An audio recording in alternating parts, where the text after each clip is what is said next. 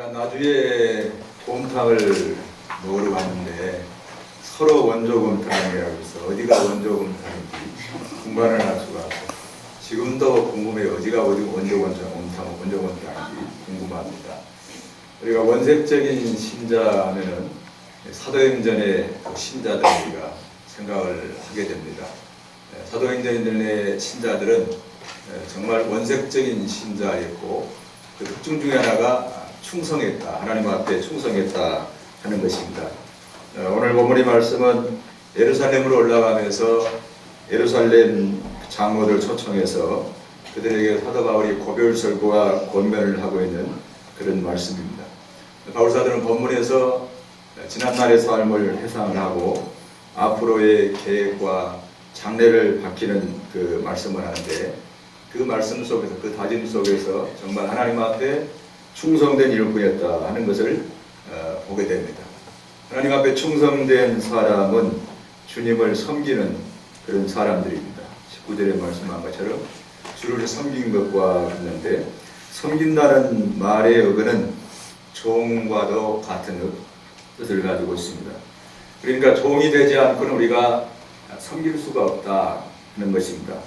바울사들은 이 종이라고 말할 때 두 가지 개념에서 종을 이야기합니다. 부정적 의미에서 종은 그 당시 로마에서 가장 비참한 대우를 받으면서 가장 잔인하게 학대받는 삶을 살았던 노예들을 가리킵니다. 바울은 복음을 전할 때 종종 이 그리스도께서 이 노예된 자에게 자유를 주시기 위해서 오셨다 이렇게 말씀을 하고 있습니다. 긍정적인 의미에서 종은 바울이 그리스도와의 관계에서 자신을 말할 때 가리킬 때 사용하고 있습니다. 우리가 바울서신 가운데서 그래서 예수의 종된 바울이다 이런 호칭들을 우리가 보게 됩니다. 그래서 바울사도는 다른 대상 또는 다른 상황에서는 별도로 종이 되기를 이렇게 거부했지만은 그리스도와의 관계에서는 철저하게 종의 자리에 서기를 원하고 있었다 하는 것입니다. 우리 모두가 그래야 될 줄 압니다. 모든 다른 상황, 어떤 상황에서는 우리가 종으로서의 삶을 거부하지만은 예수님과의 관계에서 우리는 항상 종의 자리에 서야 되는 줄로 이렇게 믿습니다. 종이라는 것은 이제 자기 마음대로 행하는 사람이 아닙니다. 종은 철저하게 주인을 위해서 살아야 됐습니다. 주를 섬긴다는 이 의식이 없이는 종이 될 수가 없습니다. 오늘의 세대를 자기 중심의 세대라 이렇게 부르는데 이 철저한 이기주의적 시대 속에서 자기가 강조되면 강조될수록 그는 종의 삶과는 우리가 멀어질 수밖에 없습니다. 반면에 예수의 주인 되심을 철저하게 각성할수록 우리는 종의 자리에 설 수가 있다 하는 것입니다. 오늘 바울은 자기가 종으로 섬겼을 때 몇 가지 말씀한데 모든 겸손으로 섬겼다. 19절에 그랬습니다. 오직 겸손하다 하는 말입니다. 모든 상황 속에서 지속적으로 일관성 있게 겸손함으로 섬겼다 하는 것입니다.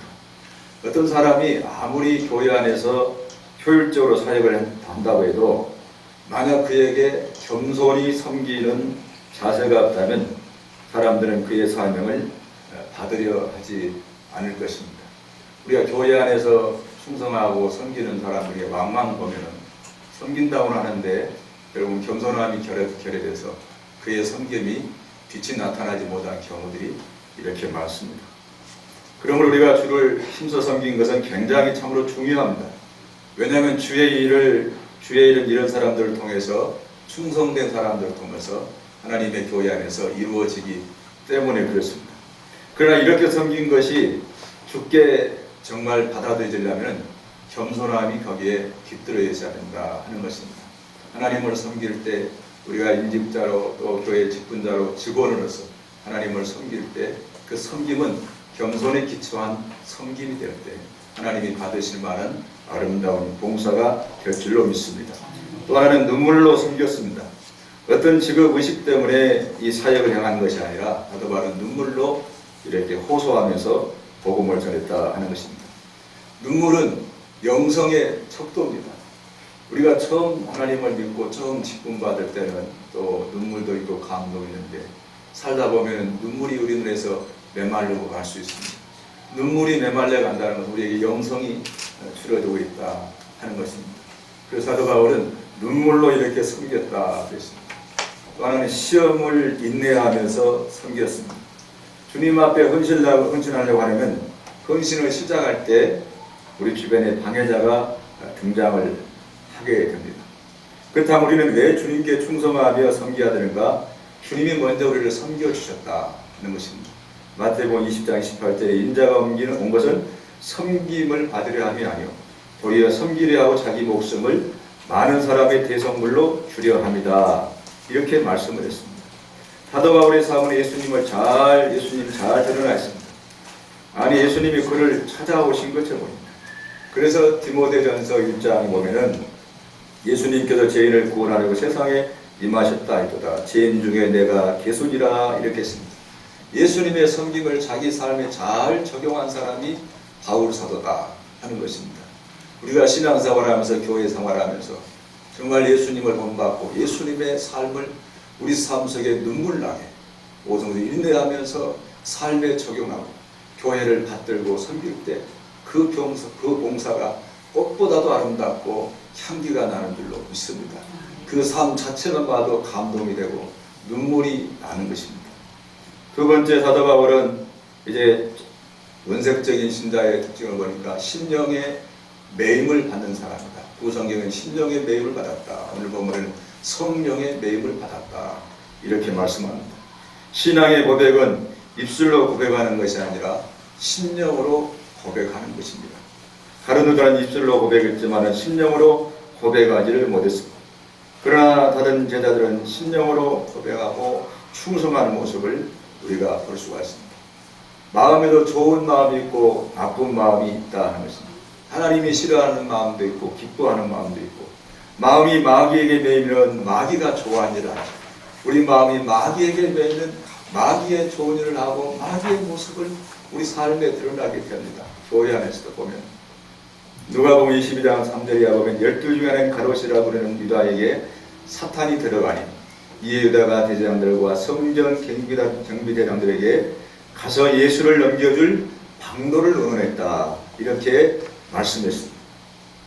바울 사도가 심령의 성령의 매임을 받으니까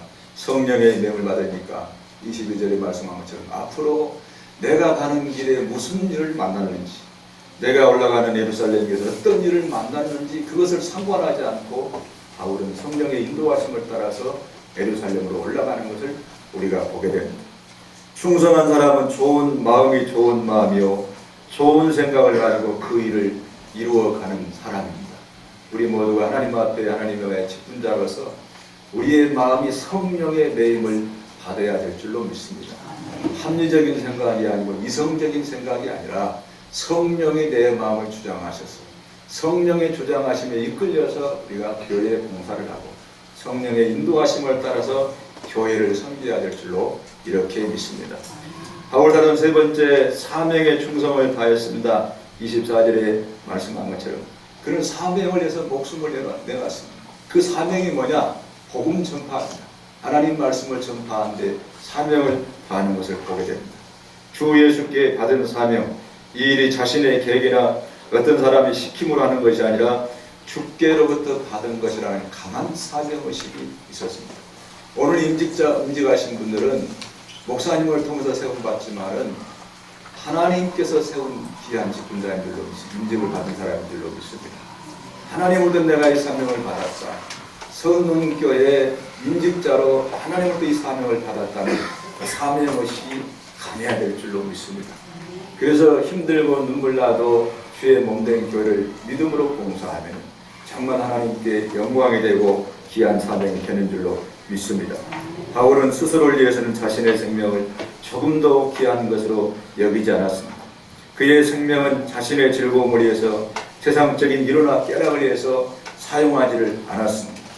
사명을 귀한 것으로 알고 우리가 바로 알고 붙잡아야 될 줄 압니다.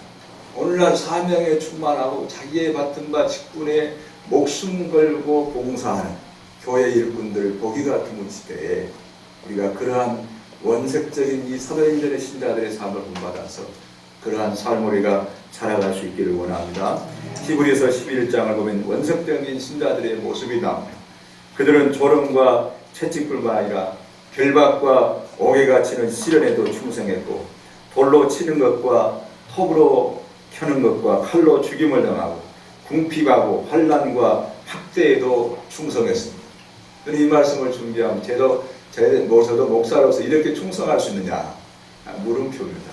그럼에도 불구하고 말씀을 우리가 함께 나누는 것이 우리 모두가 하나님의 말씀을 우리 중심에 모시고 이 초대교회의 원색적인 신자처럼 우리가 최선을 다해서 복종하는 척만 해도 복을 주신다 했으니 우리가 충성에 온전한 충성은 못한다 할지라도 충성의 모방자가 되자 하는 것입니다.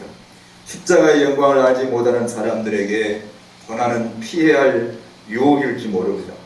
그러나 어느 날 주님 앞에서 부끄럼 없이 진정한 의미에서 영광의 영원한 영광을 소유하기를 원하는 사람들은 오늘날 고난은 차라리 그것이 우리의 영광이 되는 줄로 믿습니다. 오늘 임재하시는 분들이 우리 모두가 영원한 영광의 나라를 바라보면서 우리에게 주어진 귀한 사명, 우리에게 주어진 이 귀한 이 고난을 주님의 영광을 미래를 묵상하면서 하나님의 나라를 묵상하면서 원색적인 초대인들 사도인들의 신자들과 같이 그러한 삶을 살아서 우리의 삶을 통해서 하나님의 영광이 나타나고 또 우리가 그렇게 충성할 때 하나님의 은혜와 기쁨으로 우리의 삶을 충만하게 채워 주실 줄로 믿습니다. 그러면서 하나님께서 우리 삶과 함께 하신 것을 우리는 경험하면서 하나님을 찬양하며 노래하며 하나님과 함께하는 복된 삶을 살아가게 될 줄로 믿습니다. 기도하시겠습니다. 하나님 아버지 감사합니다. 주님께서 몸된 교회를 사랑하셔서 오늘 귀한 일꾼들을 세워주신 것을 감사합니다. 임직자들이 모든 사랑하는 성도들이 우리 모두가 초대교회 원색적인 신자들처럼 충성하는 삶을 살게 하여 주시옵기를 원합니다. 영원한 미래를 묵상하면서 오늘도 주와 함께 주님이 우리에게 맡겨진 고난을 내 삶 속에 채워가는 우리 신실한 주의 자녀들 되게 하여 주시옵소서. 예수님 이름으로 기도하옵나이다. 아멘.